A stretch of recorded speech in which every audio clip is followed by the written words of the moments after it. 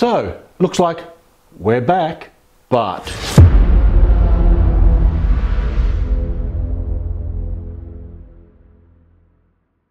welcome, I'm Jason, and this is my new model railway build channel called the Escarpment. Some of you may have known me previously. I had a channel called the JNW HO Series. I'll be back at the end of the video just to sort of quickly talk through what the future holds for this channel and basically what I meant by the but and where that fits in. In a moment, I'm going to take you around and show you some of the progress over the last few months and where we've gotten to date. I actually had to go back and have a look at my last video, well not the last one, but the second last one, which was I think it was the June 2020 update, just to sort of see what I got up to there and sort of compare it to where I am at the moment. For those that like a little bit more detail of what's been happening behind the scenes, I've actually opened up a Facebook group, the Escarpment. So I'll leave a link below, but I've also got a link. If you go to my home channel on YouTube and look at the banner up there, you'll see a little I guess it's a Facebook icon that you can click on and go and join. So over the last 6 months, I've had time, I guess, to just slow down, take a breath, get my bearings and sort of see where I am with this layout. Let's go and have a bit of a look and check out the progress to date. Before we move on to looking at the updates to the layout, I thought we'd just make a quick stop here at the workbench area because this has actually undergone a major revamp over the last few months as well. Everything from fresh new coat of paint, I've resealed the workbench top, I've actually moved the whole workbench down towards this area over here just due to the fact that there was a whole bunch of empty space there not being utilised fully. I've installed a bunch of cabinets up top there. I've revamped the display area. I've got the Escarpment plaque up there and I've halved the pin board just so I've got more space to be able to hang other items up on the wall there. Now as this layout progresses to the end of the woodwork phase, I guess the big tools down there, the drop saw, etc., all that stuff's going to be moved out of the room. And down there I'm going to be putting in another desk, and basically that's where I'm going to be setting up the airbrushing booth and all the bits and pieces that go with that. So in front of us here you can see I've made a start on my second model storage cabinet. For those that were following the channel earlier, I've got a video that sort of goes through the build of that. What I'm finding is I'm just running out of storage. The first one there totally full, and I've got a bunch of models waiting to be taken out of their boxes and put away into the second one. Now I was meant to finish that around Christmas, but as you can see I'm way behind the schedule on that one, but hopefully over the next couple months I'll have that completed. So one of the other major changes you probably would have already spotted is I've started to wrap this layout with its fascia, and I've got quite a bit accomplished on level 1, 2 and 3. I do need to come back and start on this particular helix. Now this one's going to be a little bit more tougher, a bit more of a challenge. Obviously I'm not going to completely encase it in, and it will have side portals. You can see there, just so I can get access to the trains just in case something goes wrong. I mean, I've still got access to jump up in the middle of it, you know, crawling under the layout. It's going to be a lot easier just to access the track from the outside.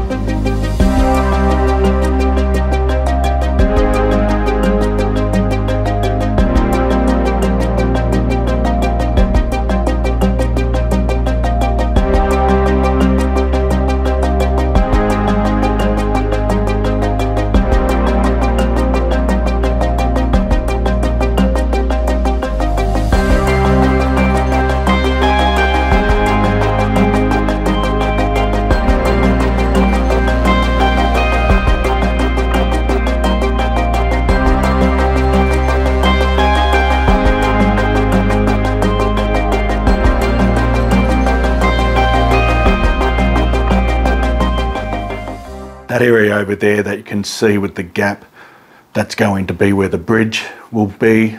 It'll be going over a lake or a river or something of that nature. Now up here I've started to put the backing on the transitional part from the helix over to level 3.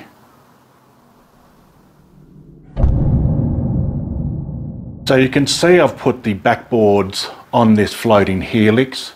Now it took me a little while to sort of think through this one, and I'm glad I did take the time, because I was sort of wondering how I was going to do the backdrop.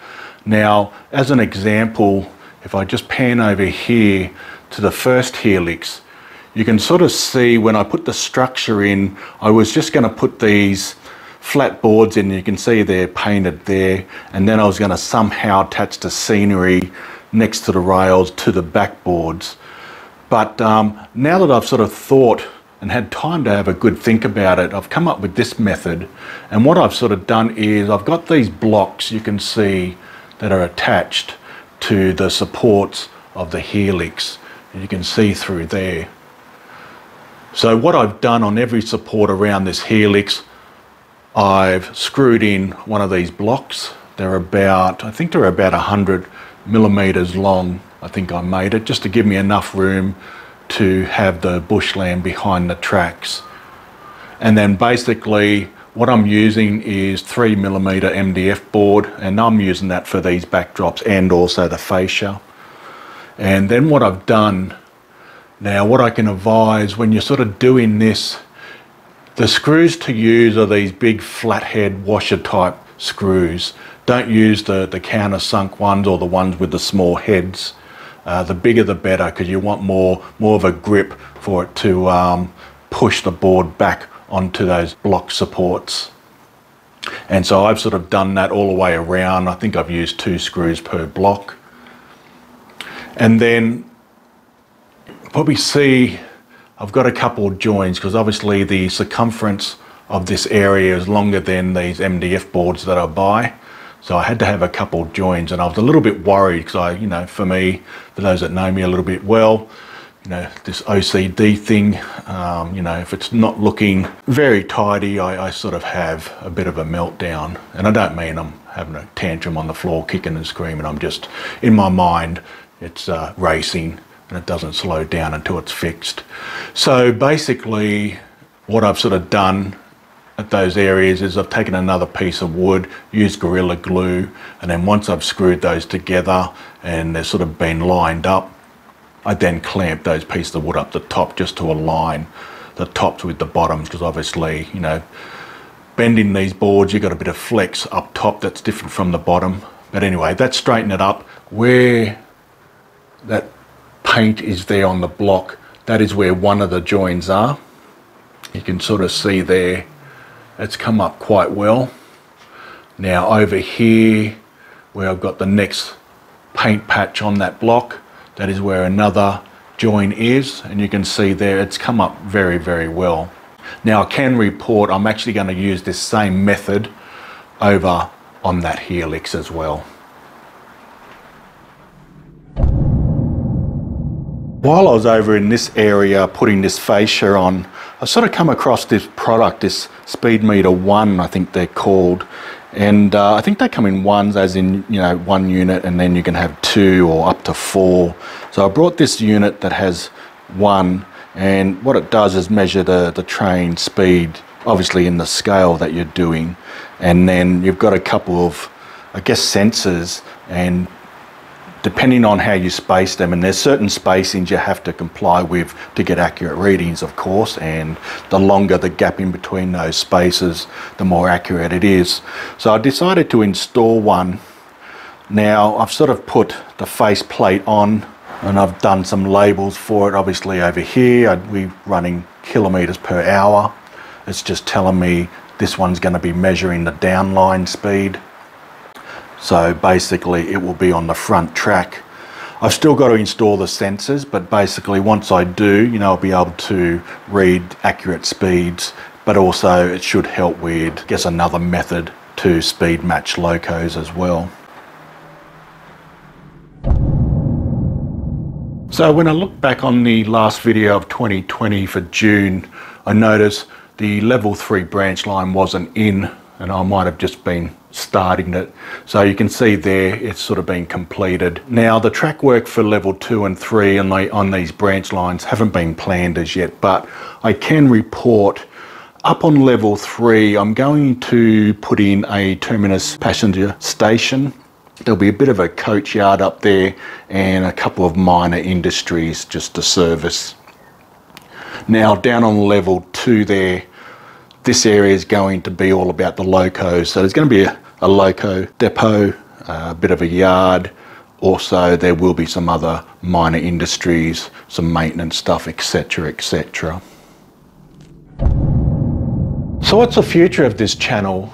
And what's that bud all about, I hear you ask? So a long story short, while my last channel started out to be all about the model railway build, it ended up being about a YouTube journey. You see, the focus was all wrong. I got so caught up with this YouTube machine, trying to put out a video each week, trying to get the channel to grow, blah, blah, blah, blah, blah. And you know what? It just took over. So in order, well, making a decision to come back, because you know, there was a certain aspect that I did miss. So I decided if I was going to come back, I need to set some really strict boundaries for myself. So the first boundary is the schedule. I'm not setting any schedule. There's not going to be a video each week. I'd imagine at best you're probably going to see one a month.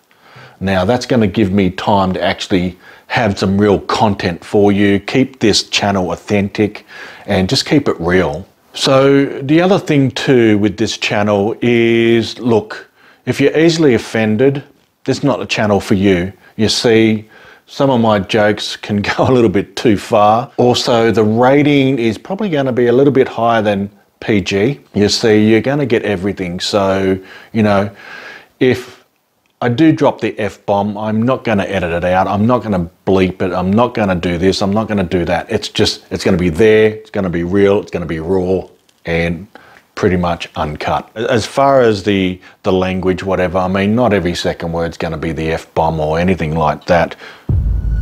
Except when it comes to you, I'm always got the F-bomb ready. So going back to the schedule, so obviously I'm not going to be rushing anything just to put it out there. So another big decision that I've made is I won't be monetizing this channel, regardless whether I get to 1,000 and beyond. That's right. So I'm going to keep this channel real, authentic.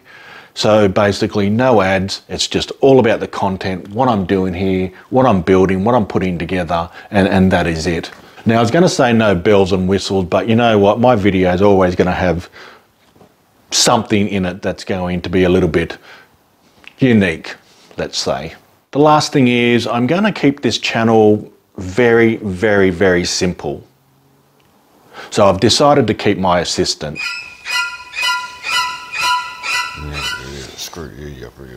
Oh, calm down. So until next time, bye for now. We're not off to a good start, are we? See if I can string a couple of sentences together. Take 2, going to scream, building my rail mod. Oh man, how many take? Oh man, this is doing my head in. You see, the focus was, fuck.